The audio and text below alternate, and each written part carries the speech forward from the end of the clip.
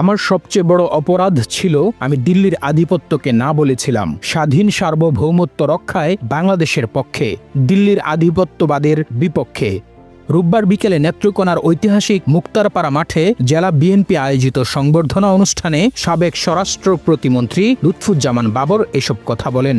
তিনি বলেন, ভারতীয় আশীর্বাদপুষ্ট আওয়ামী সরকার চেয়েছিল আমাকে মিথ্যা মামলায় দুনিয়া থেকে বিদায় করতে, কিন্তু ২৪-এর ছাত্র জনতার সফল গণ অভ্যুত্থানের পর আমি মিথ্যা মামলা থেকে মুক্তি পেয়েছি। যদি প্রয়োজন হয় আমি আবারও যে কোনো ত্যাগ স্বীকার করব, কিন্তু অন্যায়ের কাছে মাথা নত করব না ইনশাআল্লাহ।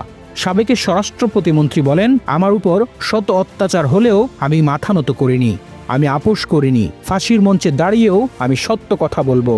দেশের স্বাধীনতা সার্বভৌমত্ব রক্ষার জন্য আমি আমার জীবন বাজি রাখতে রাজি। এদেশ আমাদের, এদেশের মালিক জনগণ, তাই জনগণের অধিকার প্রতিষ্ঠা করতে হবে। বাবর বলেন, আজ আমি আপনাদের সামনে দাঁড়িয়ে আবেগ আপ্লুত। দীর্ঘ ১৭ বছর কারাগারে কাটিয়ে আমি আবার আপনাদের মাঝে ফিরে এসেছি। আপনাদের ভালোবাসা, দোয়া এবং সমর্থন আমাকে এই দীর্ঘ পথ চলতে শক্তি জুগিয়েছে। আমি আপনাদের প্রতি কৃতজ্ঞ।